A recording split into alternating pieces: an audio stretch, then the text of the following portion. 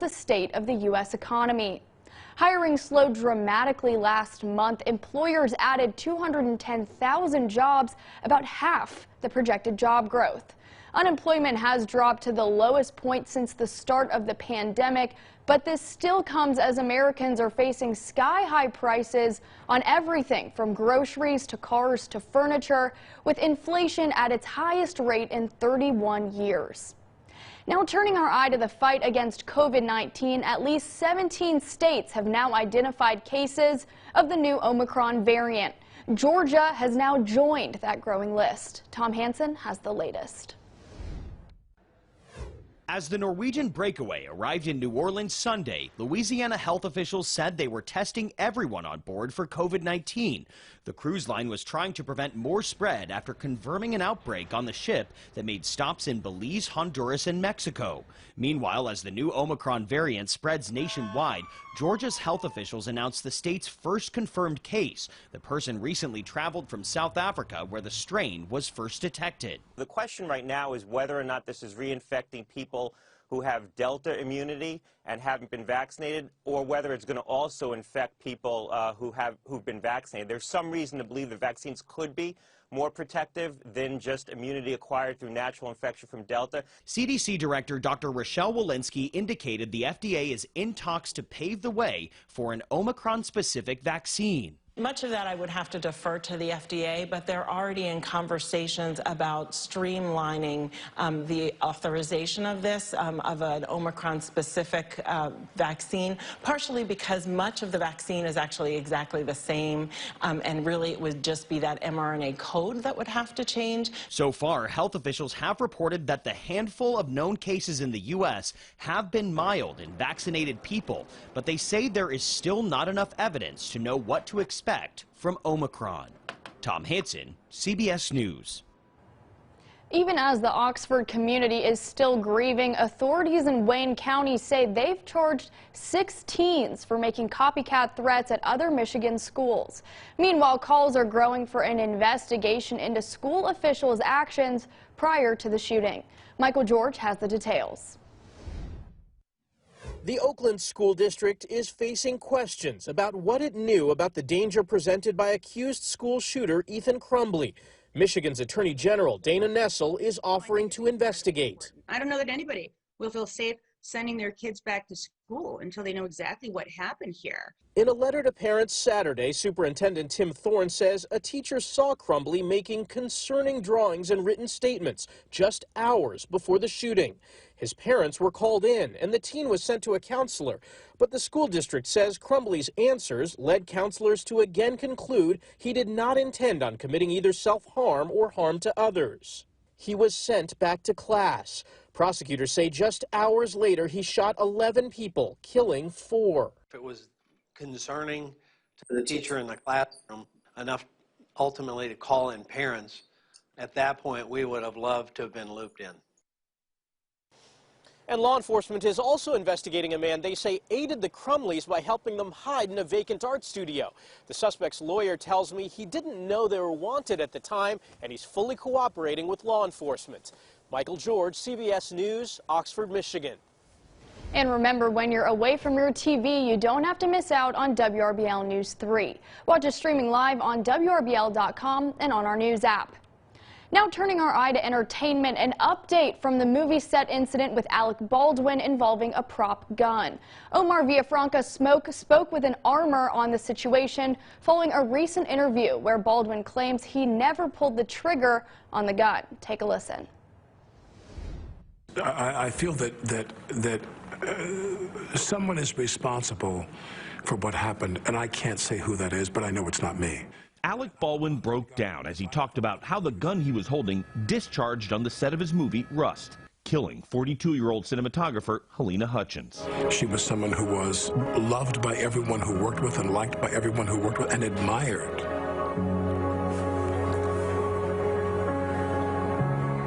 Director Joel Souza was also injured by the bullet. Baldwin says he didn't pull the trigger of the .45 caliber prop gun while rehearsing the scene, but says He was pulling back the hammer while Hutchins worked on camera angles. I'm holding that. I'm just showing. I go, how about that? Does that work? Do you see that? Do you see that? Do you see that? She goes, yeah, that's good. I let go of the hammer. Bang, the gun goes off. The gun was supposed to be empty. I was told I was handed an empty gun. When she went down, he went down, and he was screaming really loudly. And I thought, well, what is he screaming? What happened?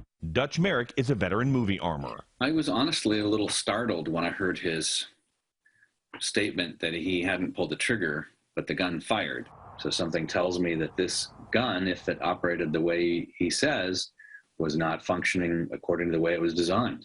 There's only one question to be resolved, only one. And that is, where did the live round come from? Tonight, a New Mexico district attorney says some of the people who handled the gun on the set may face criminal charges.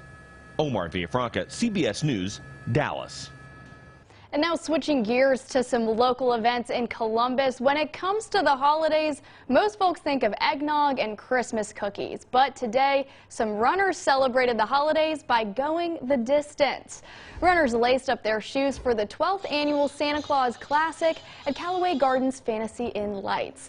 Hundreds of athletes turned out for the event dressing in holiday costumes for the 10K race. Runners ran to the tune of Christmas music and were able to enjoy millions of lights throughout the run.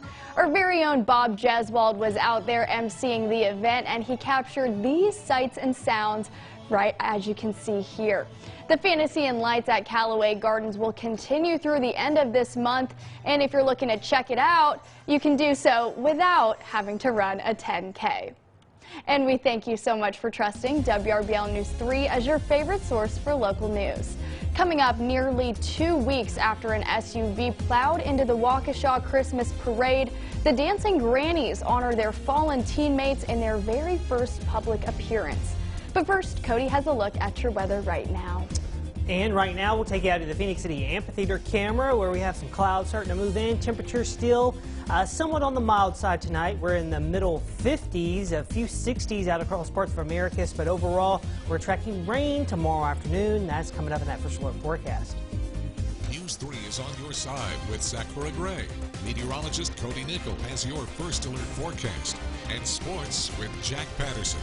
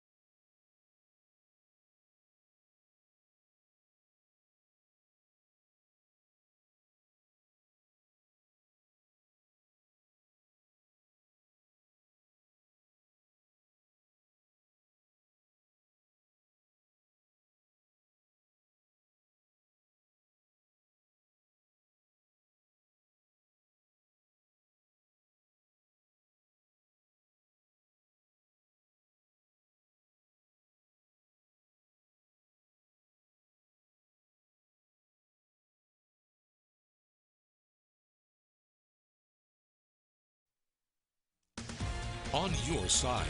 You're watching WRBL News 3 Nightwatch. The sisterhood of the Milwaukee Dancing Grannies continues to live on even as they lost 4 of their members in the Waukesha parade tragedy. Alex Corradetti has more on how these dancers paid tribute to their fallen teammates. It's a big moment for the Milwaukee Dancing Grannies, the group leading the Franklin Christmas Parade, marking their first public appearance since losing 4 of their members in the Waukesha Holiday Parade attack. A moment member Allie Wachter will never forget. I heard tires squeal, and then I turned around and I seen the car coming basically straight for me in the banner, and I jumped out of the way so I would not be hit. Now, hand in hand, the Grannies are moving forward, doing what dancing granny Jan Kwiatkowski says they do best. It's important that we're out here doing what we do and honoring the mix of joy and bringing joy in the midst of this really dark time. A time now filled with cheers from the crowd and a special sign honoring Ginny, Lee, Tamara, and Bill, who were with the Grannies in spirit every step of the way. To do this, you have to love what you're doing, and you have to be a person who's full of life and energy, and all of them were. We did not want those 4 members to be known as that being their last parade. The Grannies hope to focus on the silver lining, feeling inspired by a heartfelt message from Jan's grandson. He said, "Grandma, I'm really glad I came because seeing all these people and all these people at the parade," he said, "it reminds me that there really are more good people in the world than there are bad people. So if a 12-year-old can do that, we all can do it." And again, that was Alex Corradetti reporting from Wisconsin. And we thank you so much for trusting WRBL News 3 as your favorite source for local news on the weekend. Cody will have a look at your full forecast right after the break.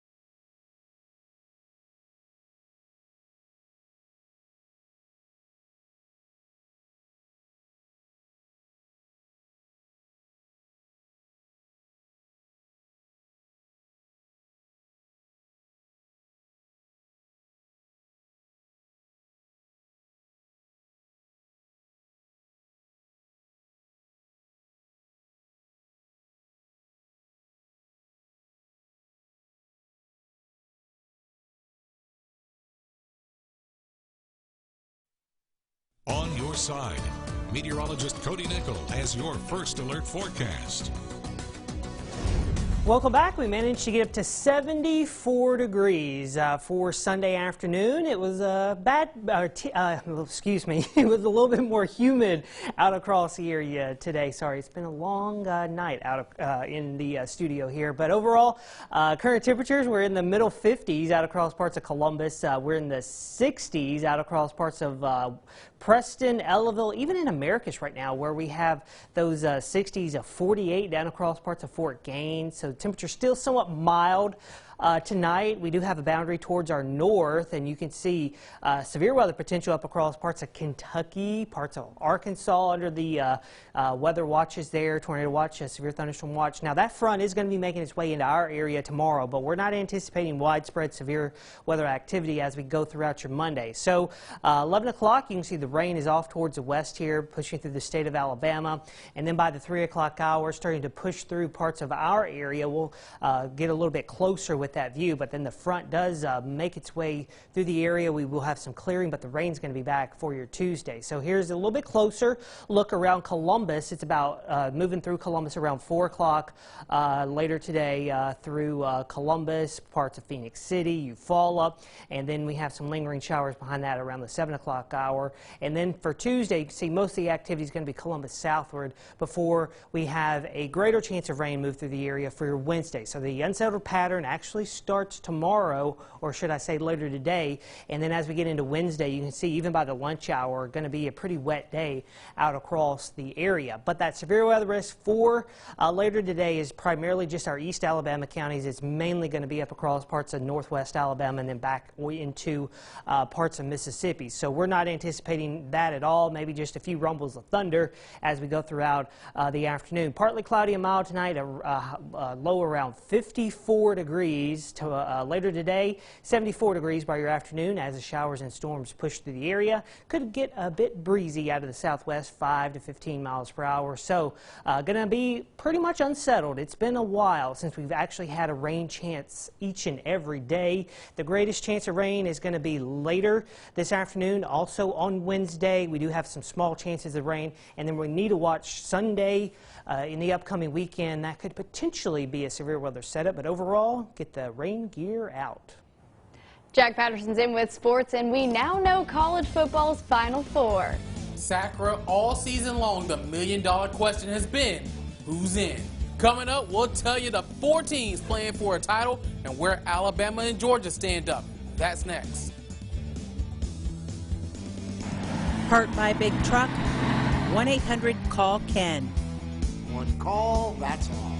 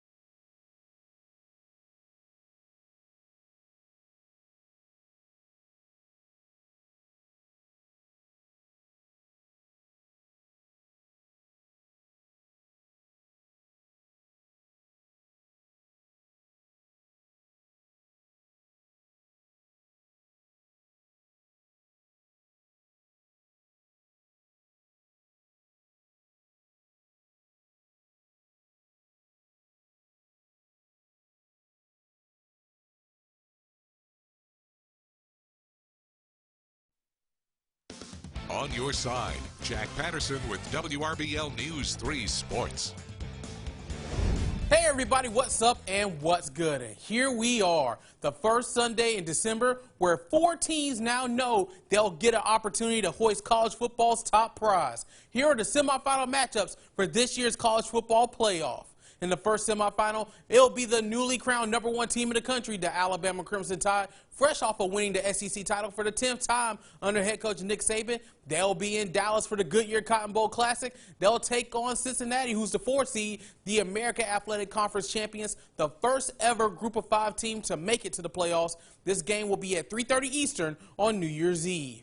In the other semifinal, it will be the second-ranked Michigan Wolverines, champions of the Big Ten, taking on the former #1 team in the country, the Georgia Bulldogs, in the Capital One Orange Bowl. That is also on New Year's Eve in Miami. Michigan hammered Iowa 42-3 to win the Big Ten, while Georgia was undefeated until falling to Alabama in the SEC championship. This game will be at 7:30 Eastern on New Year's Eve. The winners will play in the national championship on January 10th in Indianapolis. Now, here's the rest of the New Year's Six Bowl lineup. In Atlanta, it will be Michigan State and the ACC champion Pitt Panthers in the Peach Bowl on December 30th. And the Fiesta Bowl is Notre Dame and Oklahoma State on New Year's Day. And the Rose Bowl on New Year's Day is Ohio State taking on Pac-12 champion Utah in Pasadena. And the Sugar Bowl in New Orleans is Ole Miss taking on Big 12 champion Baylor.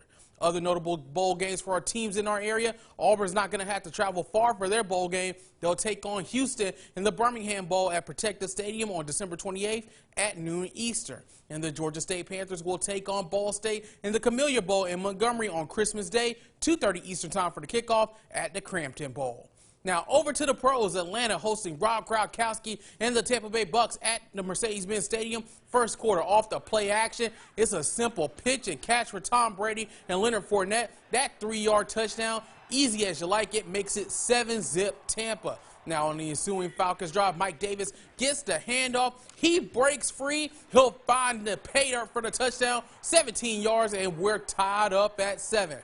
Late in the second quarter now, Tampa Bay up 20-10, but Tom Brady picked off by the Auburn alum Marlon Davidson. The big man pick six makes it 20-17 at the break, but when in doubt, Tom Brady goes to Gronk, and Gronk smashes into the end zone. That makes it 27-17 Bucks. In the end, Tampa Bay wins it 30-17. The Falcons fall to 5-7 on the year. And a quick reminder that for the latest sports news and late breaking headlines, go ahead and follow the News 3 Sports team over on Twitter. There you can find game highlights, score alerts, and much more. You can find us at WRBL Sports and follow us there whenever we're not on air. And be sure to tune in tomorrow. The Pacelli Lady Vikings in the Flag Football State Championships in Atlanta, state semifinals, I should say, in Atlanta. We'll have you covered on News 3. But that's going to do it for us now. The Nightwatch is back on the other side of the break.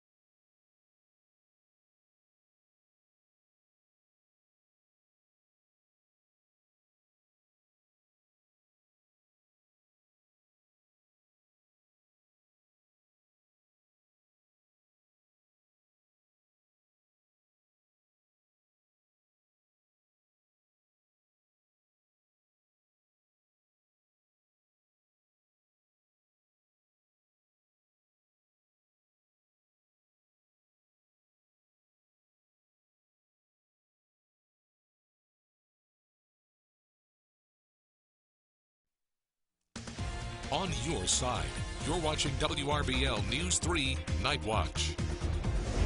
Well, Santa's supposed to be busy getting ready for Christmas, but it appears he was able to take a short break today to hit the slopes. Over in Maine, over 200 skiing Santas and snowboarders gathered for the 21st annual Santa Sunday at the Sunday River Resort. The Grinch even made an appearance, and hopefully he'll be spending plenty more time on the slopes instead of plotting to steal Christmas. This year's event raised nearly $5,000 for the River Fund, a charity organization that introduces young people to the benefits of outdoor recreation. Well, Jack, Cody, Santa's out here hitting the slopes, and maybe if he's got his WRBL News 3 on in the North Pole, he can hear what's on your Christmas wish list. So, Jack, we'll start with you. What's on that wish list this year? I think for me, I think it's about that time. I would love a new cell phone if Santa could pull it off. I think Santa can do it. I think the elves are listening. Cody, what about you? Well, I don't have anything, you know, like on my Christmas list except maybe for a white Christmas. I know that's a stretch in Columbus, Georgia. It's happened once, Cody. I know, but it happened late that after or the end of the evening. Hey, it doesn't really count in my opinion. It counts in my book. But let's try and do that again. Actually have a real white Christmas. Yes, let's Santa, please. We would love for Cody to be able to tell everybody the weather and tell everybody it's snowing and beautiful. Well, Cody, clearly you're wanting some snow, but we don't have it quite yet. What's the weather looking like for the rest of the evening? Yeah, definitely no snow in this forecast. We're just going to be talking about rain, unfortunately. Tomorrow afternoon, a few showers and storms. Really, the greatest chance of rain comes Wednesday. Going to be a soaker, scattered showers and storms on and off, and then we'll just have some small chances of showers until another front comes in by Sunday. And thanks so much for joining us here on News 3 Night Watch. We'll be back again tomorrow. Until then, have a good night.